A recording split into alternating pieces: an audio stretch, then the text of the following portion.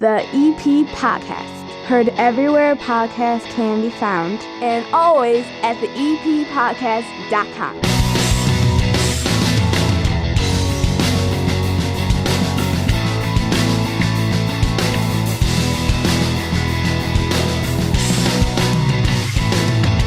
And belly on up to my 9-foot homemade oak bar here in my basement in Evergreen Park and pour yourself a cold one. The weekend is upon us, and this is your EP Podcast Weekend Update. Ahead on the show, we're going to be talking with head coach Jerry Verde of the Evergreen Park High School Mustang football team. They are off to a 4-1 start and have a sneaky good opponent this weekend on the road.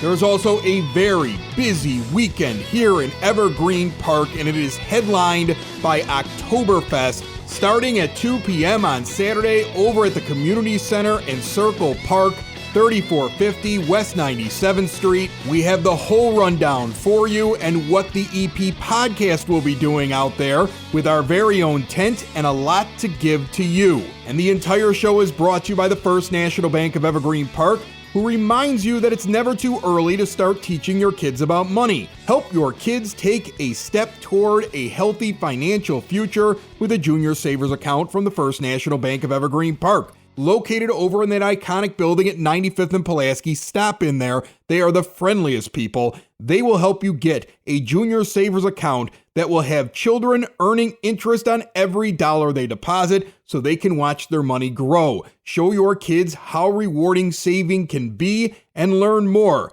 bankevergreenpark.com/juniorsavers/EP. No minimum required to open. Member FDIC. A busy weekend means we're looking at the weather. What's it going to be like out there?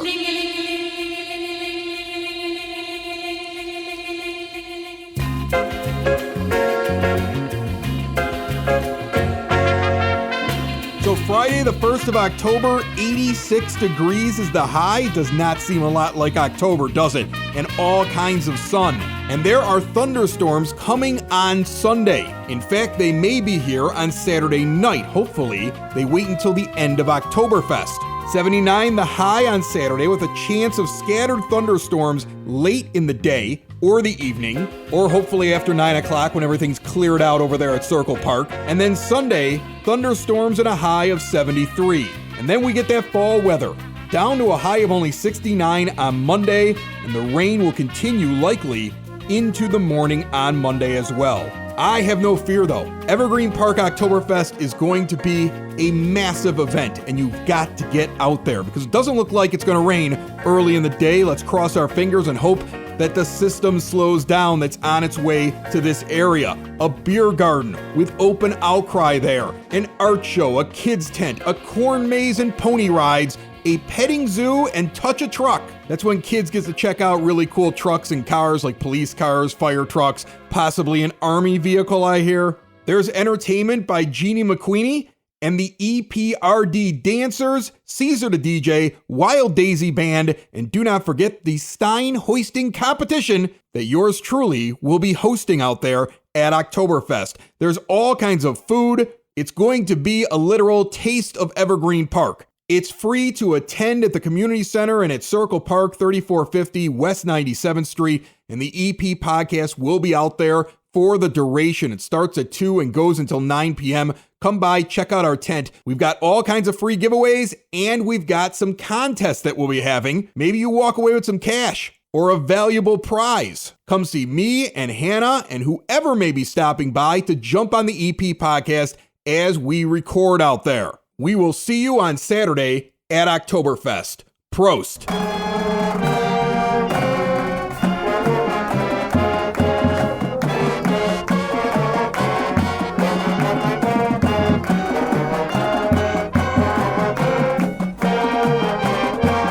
Joining me on the phone line right now, as he does each and every week, to discuss his football team that is currently 4-1, coming off of a come-from-behind victory last weekend. Head coach of the Evergreen Park High School football Mustangs, Jerry Verde. How are you, Coach? Good, Chris. You know, you guys win that game 14-13, but it's a come from behind, right? I mean, didn't you score late to finally take the lead? I didn't expect that to be so close, did you? Well, a couple things happened, and we'll just start off with It was a good win. I mean, it's deceptive, and there's some people that maybe would think that the score should have been different, but Argo is a good team. They had a different quarterback who made them very, very competitive, and they had some good athletes, and they played well. They did, and we went into halftime down. We were losing 13-7 at halftime, and yet we ended up scoring in the fourth quarter, and we ended up keeping them off the board in the second half. For us, it really was a good win, and we had 2 big extra points kicked by Andrew Murphy, and it's the difference in the ball game. Anybody stand out in that game? Somebody, one of your players or 2 of your players that you just like, that they made a big impact? Well, starting with Murphy, our kicker, the 2 extra points he kicked were huge, and he did a good job with kickoffs and punts. James Williams had a monster game for us. He offensively had 167 yards on 27 carries, scored a touchdown, and defensively he had 9 tackles and had a tackle for loss and had a sack. I mean, he when you combine both sides of the ball like that in a game, it's really, really impressive. Asiel Rubicala had a really good game. He's a junior free safety for us, and he was a difference maker, I think, out there also, cleaning up some plays and limiting some of the gains, defensively. It really was. It was a team effort, and the thing I'm most proud of is in the second half, we fought. After a lot of things went bad for us in the second quarter, and at halftime we were down, we came out in the second half and we played to win, and we were able to do that. You're 4-1 right now. You're undefeated in your conference. You got another conference matchup coming up against a team that's 1-4 in Shepherd. You're going on the road, but I look at a 4-1 team versus a 1-4 team, and I'm like, here we go. Well, that's deceptive. And, it's going to be a good game, competitive game, but they're probably the best 1-4 team in the state. They've had a real difficult schedule for the first 5 games. They had a big win against Eisenhower. They beat them 27-0, but they started out the season, 0-4.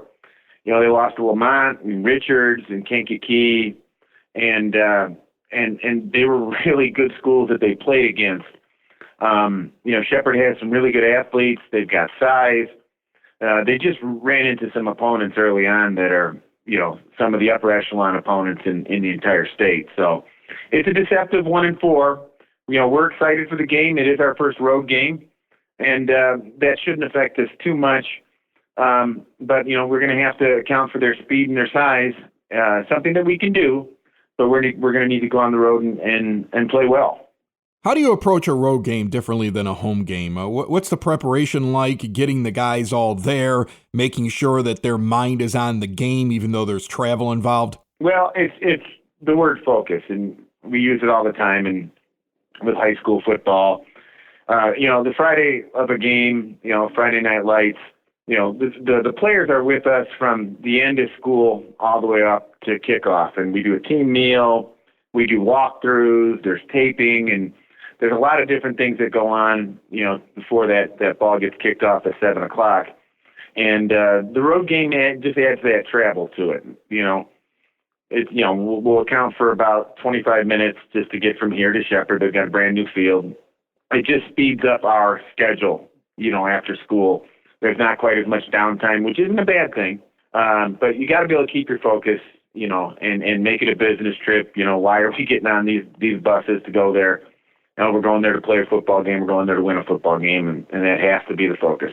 You mentioned that Shepherd has size. You talked about their speed as well, but you've mentioned their size. And I know that there have been times we've talked this season and last season, the EP team, not the biggest team that's out there playing right now. How do you plan for a team that may be bigger than you, that may have more size? Well, you got to get creative offensively and defensively, and size can be negated sometimes based on angles and the plays that you're running both offensively and defensively. And just because a team is bigger than us doesn't mean that they're exactly going to move us off the ball. But it's, it's kind of always just kind of been the thing. We usually have a decent sized lineman, one or two with us, on our team. It's just that oftentimes with the opponents that we play, when they're drawn from, sometimes 2,000 students, and we're drawn from about 880, they're more likely to have some of those bigger kids, and that's just really been the case for us. Well, for the last 6 years, for sure. And it's just something that you deal with, and it is an advantage on paper, and sometimes there's a little bit of an advantage as far as when you're lining up across from somebody and you notice their size. But once the ball gets kicked off, you play, and you negate that size by just trying to hopefully, have maybe a better game plan than what they have. The 4-1 Evergreen Park Mustangs take on Shepherd in Palos. 7 p.m. kickoff Friday night, the 1st of October, before you go to Oktoberfest over in Evergreen Park, over at Circle Park. Maybe go spend Friday night on the road cheering on your Mustangs. Coach Verde, good luck to you and the team, and we'll talk next week. Thanks, Rick. Building relationships, supporting the community, and service. These are the things that Country Financial stands for. They're more than just an office you may pass by as you drive through Evergreen Park. They're neighbors who lend a helping hand and support the fabric of your community, including charitable organizations, sports, financial education, and civic organizations. And since Country is already your neighbor, they want to get together and chat. Call your local Country Financial representative, Mike Thauer, today at 708-425-1559 to talk about the things that are important to you and how he can help you protect them. The Evergreen Park Recreation Department Candlelight Theater is still doing You Can't Take It With You. This is a classic Pulitzer Prize winning play. Performances on Friday night, October the 1st, 7:30, and Sunday afternoon, October the 3rd at 3 p.m. $12 for adults, students, and seniors, $10. General admission, no reservations, just show up. Performance Hall at the EP Senior Center, 9547 South Homan Avenue. They put on a great show. If you have time, stop by.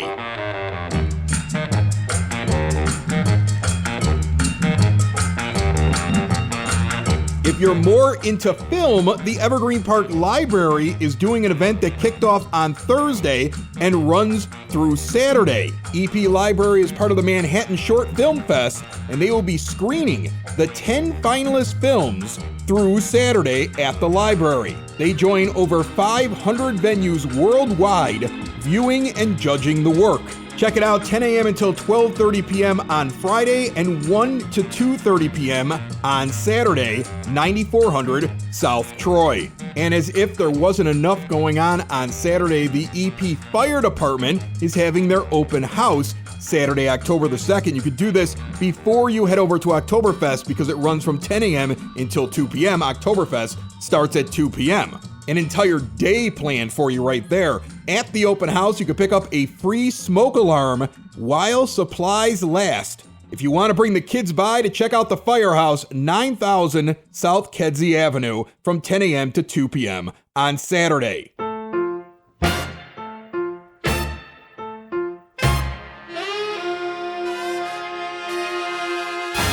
Some quick reminders for you. The youth department is still holding that babysitting class on October the 23rd, 9 a.m. to 3:30 p.m. Kids 12 and older. I highly recommend this class. Paisha Allen on a previous episode of the EP podcast. Remember, you can get them all on demand anywhere podcasts can be found and always at the eppodcast.com. So if you didn't hear that episode, go back and listen to it. She tells you all about this great program if you have a kid that may be left alone with your younger kids or that may be going out to babysit in the neighborhood. They want to take this class at the Youth Room, 3450 West 97th Street. Register there while there is room available. The youth department's also doing a haunted hayride trip on Friday, October the 8th. They're going to Delwood Park in Lockport. It's for grades 5 through senior year of high school. The fee is $18. Register in the youth room at the community center before the end of the day on Friday. And there is an Evergreen Park Chamber of Commerce luncheon occurring Thursday, October the 14th at noon at the American Legion Hall, 9701 South Kedzie Avenue. And Mayor Kelly Burke will be giving her State of the Village address, the first one she's ever done. It's open to anyone. Get more information at evergreenparkchamber.org. And once again, I can't wait to see everybody out at Oktoberfest on Saturday. Come by and see the EP podcast at our tent. It has been so long since we've gotten to hang out with you at an actual event. If you didn't listen to Monday's show, I suggest you go back and check out some local Evergreen Park moms that are collecting donations for homeless veterans at Oktoberfest. They're looking for toiletry items, soaps, shampoos, razors, and even laundry detergent. If you have any of these items and you want to donate them, bring them by at Oktoberfest. That's it. We got to go. I got a lot of stuff to pack up to get out there at Oktoberfest on Saturday. Thank you for listening to the EP podcast. We will see you on Monday morning with a brand new show recorded at Oktoberfest this Saturday. Have a great weekend. Look at all those people in this great suburb driving down 95th and Kedzie. What a great place. It's called Evergreen Park, but we know it better as the EP. We're known for more than just the Unabomber. Remember Ted Kaczynski? You guys might even remember that big old rooster on 95th Street. It's all part of EP's history. So listen up to the EP podcast. You might be asking why. Because we talk about all things and we celebrate all the great things in the 60805. It's the EP podcast. All things Evergreen Park. It's the EP podcast. Evergreen Park.